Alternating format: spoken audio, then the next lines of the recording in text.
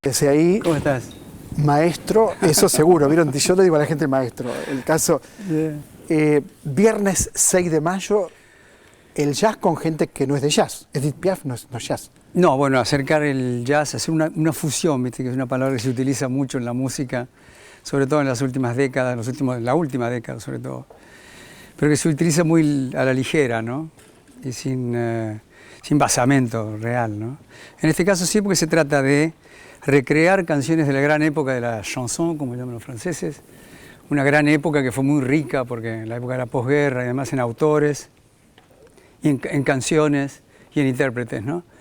Esa generación de oro que empezó con Charles Trenet y después siguió con Aznavour, Beko, Brassens, claro. Jacques Brel, en fin, todos Barbara, todos estos Y este espectáculo ya lo hicieron en otra parte, creo. Hicimos una prueba en realidad con público y resultó tan bien que, bueno, se interesó una productora discográfica, lo hemos grabado el mes pasado en París.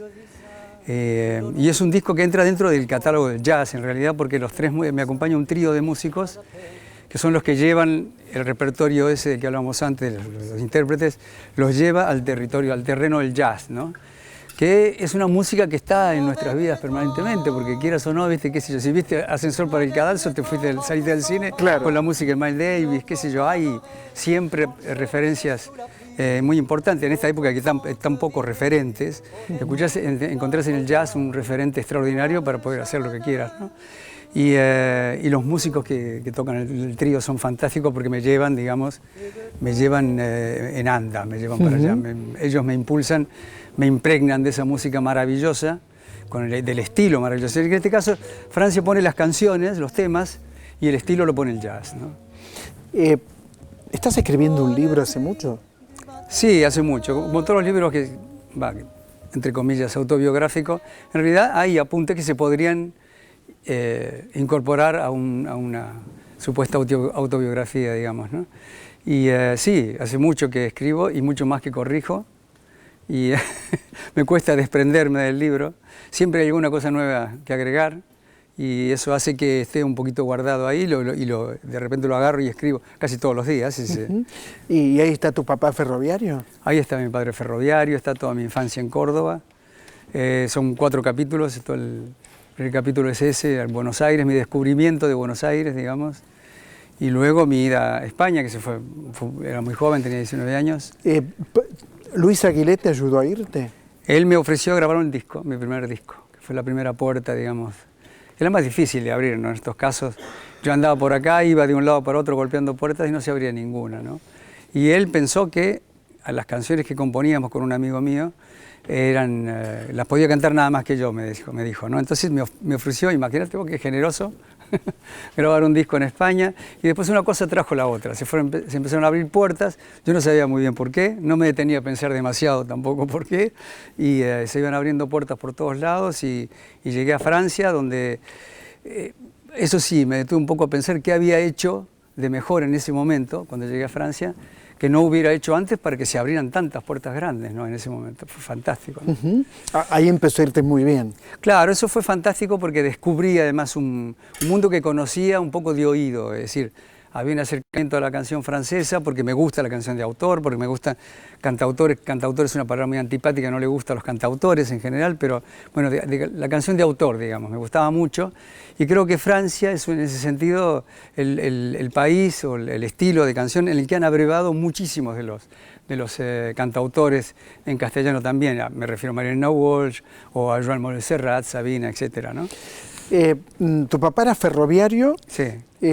Pero hay algo de Rubén Darío por ahí, ¿no es cierto? En el nombre. En mi nombre, sí. En tu nombre. Y hiciste uno de tus primeros discos fue sobre Borges. Sí, exactamente, sí. Bueno, lo del nombre... O sea que hay una marca, ¿no? Claro, cuando yo nací, mi madre impuso, digamos, su gran personalidad y le dijo a mi padre esa misma noche que me iba a llamar Mario por Mario Lanza. Porque mi madre era italiana y tenía un gran amor por Mario Lanza, que había tenido un gran éxito cinematográfico el año que yo nací, ¿no? Y mi padre, para no ser menos, yo no sé si había leído a Rubén Darío, pero estaba un poco de moda poner a los chicos Rubén por Rubén Darío. Y entonces le dijo, bueno, el segundo nombre Rubén. Entonces por eso me llamo Mario Rubén. Y los libros, esta relación con la cultura tan fluida que has tenido siempre, ¿cómo surge? A partir de la adolescencia, ¿no? Sí, al final de adolescencia, ¿no? Eso es lo que precede a mi viaje a España. Y en España directamente era un bicho de librería, andaba de librería en librería, me encantaba. Además coincidió con el boom latinoamericano y demás, había no sé, estaba muy unido a todo eso. Borges no era del boom. No, él no perteneció al boom, era el anterior, por supuesto, ¿no? Pero en el boom estaba Vargas Llosa, estaba Lezama Lima, estaba García Márquez, todos. Carlos Fuentes, Cortázar, por supuesto. Julio Cortázar. Tuve la suerte de conocer mucho después. Y ¿no? es difícil cantar Borges. Es difícil cantar. Es difícil cantar. ¿Sabés que Manolete, que era uno de los toreros históricos, digamos, es una cosa que me llamó la atención una vez, contaron la historia de que Manolete estaba en una reunión y hablaban de cualquier cosa y Manolete no decía ni una palabra. De repente abrió la boca y dijo, yo los toros los mato. Bueno, yo hice propia esa frase, no con los toros, pero yo siempre digo que yo las canciones las canto. O sea, me conformo con eso, me gusta mucho cantar. Pero un poema es un poema. Claro, esa es la distinción que hacen los propios poetas, porque a los poetas no les gustan que abran casilleros equivocados, es decir, ellos pueden escribir letras de canciones o poemas, pero no las mezclan. Eso yo lo he vivido como experiencia propia con María Elena Walsh, por ejemplo. Una vez le puse música a Vidalita Porteña, que era un poema hecho a mano, de su libro Hecho a Mano, y no le gustó la idea en principio. Después le gustó cuando la escuchó la canción como canción, ¿no? Incluso la cantó ella y la grabó en un disco, ¿no? Pero quiero decir que ellos prefieren escribir letras de canciones, y no todos los poetas suelen ser buenos autores de letras de canciones y viceversa, ¿no? Y a mí me gusta mucho ponerle música a algunos poemas, ¿no? ¿El poema de los dones estaba?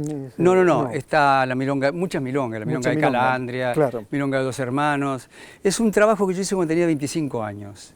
Y por suerte adhirió el propio Borges. Ese trabajo, Borges, que no era para nada melómano, no le gustaba nada la música. Decía que no sabía. No, y aparte era el menor de todas las artes, era el de los sonidos, ¿no? Y entonces, pero lo conocí personalmente y estuvo extremadamente amable conmigo. Y me invitó a su casa y participó de las hechuras, digamos, de este trabajo. Uno tocaba el timbre, venía la empleada, te hacía pasar y venía Borges. Yo estuve 3 veces allí y fue maravilloso. No, maravilloso. El hecho de conocer a Borges, además, lo primero que me dijo Jairo, y enseguida me decir Jairo. Era un archisinagogo, no sé qué, el milagro de Jesús, no sé cuánto. No te puedo creer. ¿Sabes lo que fue conmigo? Me dice, usted tiene como apellido Quiroga. Sí. Claro, imagínate. Me dice, bueno, no le crea a Sarmiento, no era tan malo Quiroga, eso me dijo. No le crea a Sarmiento, no era tan malo Quiroga. Claro, tenía un humor claro, muy tremendo, especial. Y un gran autor de frases, ¿no? Sí. Frases tremendas, ¿no? Yo creo que... ¿Y tu relación con Atahualpa? Con Atahualpa maravillosa, porque es toda esa gente que parecía a priori inaccesible, a mí me han tratado muy bien. Será porque yo era muy joven y me acercaba a ellos con cierto candor, digamos, ¿no? ¿Atahualpa te ayudó? Muchísimo, muchísimo, y fue muy amable conmigo, con toda mi familia, con mis hijos, venía mucho a mi casa, en fin, el propio Piazzolla también, ¿no? Con Piazzolla estuviste muy cerca también. Mucho, he trabajado con él, yo he grabado discos con él, en fin, ha compuesto mucho para mí, y me hicieron, Piazzolla y Ferrer, el halago, el honor más grande de toda mi carrera, que es hacer una canción que hable de mí, ¿no? Que es La Milonga del Trovador. En la cancha de Boca hay un cuadro tuyo. Sí. En el hall principal. Sí, está en el biblioteca. Obvio que sos de Boca, no me decepciones. Te pido por favor. Soy de Boca, sí. Soy de Boca, sí. Nadie es perfecto, como diría. No, el mejor cuadro del mundo. El mejor cuadro del mundo, sí, claro, sin duda. Por supuesto. Entonces hay un cuadro, porque yo hice una exposición de pintura ahí en el hall de entrada, que es muy extraordinario para exposiciones, ¿no? Y Boca desarrolla una actividad cultural impensada, mucha gente no lo sabe eso. Y entonces uno de los cuadros se los dejé.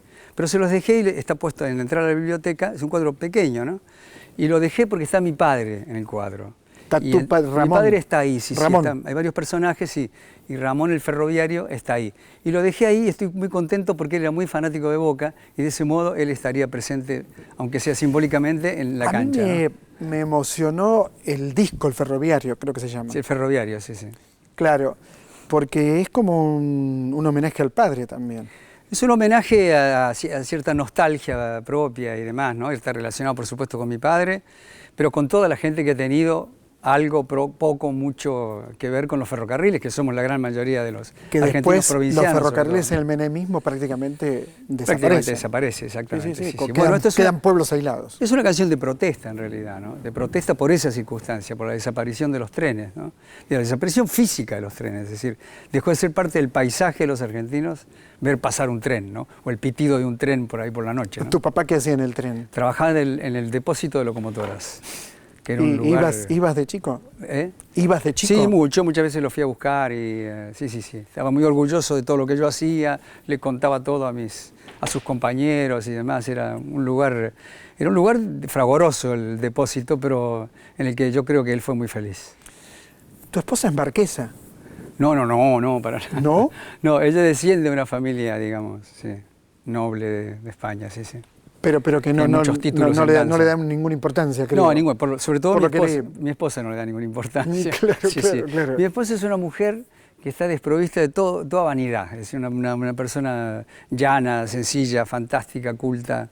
Es un placer hablar con ella y que ha tenido una tarea muy difícil en su vida, criar 4 hijos y dejarles la cabeza muy bien amoblada. Ella es la responsable, muchísimo más que yo. Sí, a los 4 les va muy bien. Sí, muy bien. Según, cada uno de los suyos, sí. Exactamente, sí. Pensaba cómo toda esta historia, ¿no?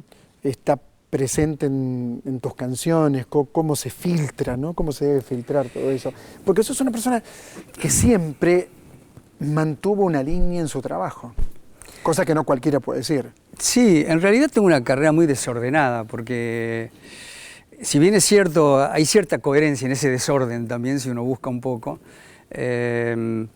Yo canto lo que me gusta y hago lo que me gusta, no hago ninguna otra cosa. Es decir, lo que me gusta puede gustar en un momento dado a los otros o no, también, ¿no? Tiene que coincidir también en el tiempo, en el momento y demás, ¿no? Pero yo siempre he hecho lo que me ha gustado. Y así tengo un repertorio, he grabado 600 canciones, donde hay mojones por ahí de discos que salen, digamos, del circuito marketinero, el circuito comercial, entre comillas, ¿no? Y como el disco de Borges, ¿no? O el trabajo de canciones infantiles de Marina Walsh, o un disco sobre el Che que se llama El Diario del Regreso, en fin, ese tipo de cosas. A ese no lo sabía, El Diario del Regreso. El Diario del Regreso, que cuenta la historia de los regresos de los restos del Che cuando descubren el lugar donde han sido enterrados. Claro, vuelve a Cuba. Claro, Hamlet Lima Quintana fervorosamente escribe un libro en primera persona, un poemario, digamos, ¿no? Y Oscar Cardoso Campo le pone una música continental, es decir, él narra todo el regreso de acuerdo a las músicas de los países que va atravesando, ¿no? Desde Bolivia hasta Cuba. Es una obra magnífica, extraordinaria, musicalmente y poéticamente, ¿no? ¿Cuándo vamos a leer tu libro publicado? Pues yo creo que el año que viene. Bien. Porque hay una persona, un director que le ha gustado mucho, yo a leer segmentos y demás a ciertos amigos y le ha gustado mucho y le gustaría mucho hacer un documental con eso. Entonces estamos pensando ver en qué orden hacemos las cosas, si editamos el libro, luego el documental o viceversa, ¿no? 6 de mayo. El 6 de mayo en el Teatro Coliseo, que está puesto a nuevo y maravilloso, ya era un maravilloso teatro, pero ahora lo es aún más, totalmente renovado, y con esta fusión, como dije al principio, de jazz y de canciones francesas que no son familiares en realidad, que son muy admiradas. Gracias, Jairo, muchas gracias por esta charla, muchas gracias. Un placer, muchas gracias. Un placer para mí. Jairo, 6 de mayo, Teatro Coliseo, recuérdelo, un gran espectáculo va a ser, sin ninguna duda. Seguimos transmitiendo otra trama por la televisión pública y enseguida volvemos, hay mucho material. Le cœur quand ça va plus, c'est pas la peine d'aller chercher plus loin. Faut laisser faire et c'est très bien. Avec le temps va tout s'en va. L'autre qu'on adorait, qu'on cherchait sous la pluie, l'autre qu'on devinait au détour d'un regard. Voir le jardin de Babylone et le palais d'Ibn Daman, rêver des amants des Vérone au sommet du Fujiyama. le pays du matin calme, aller pêcher au cormoran.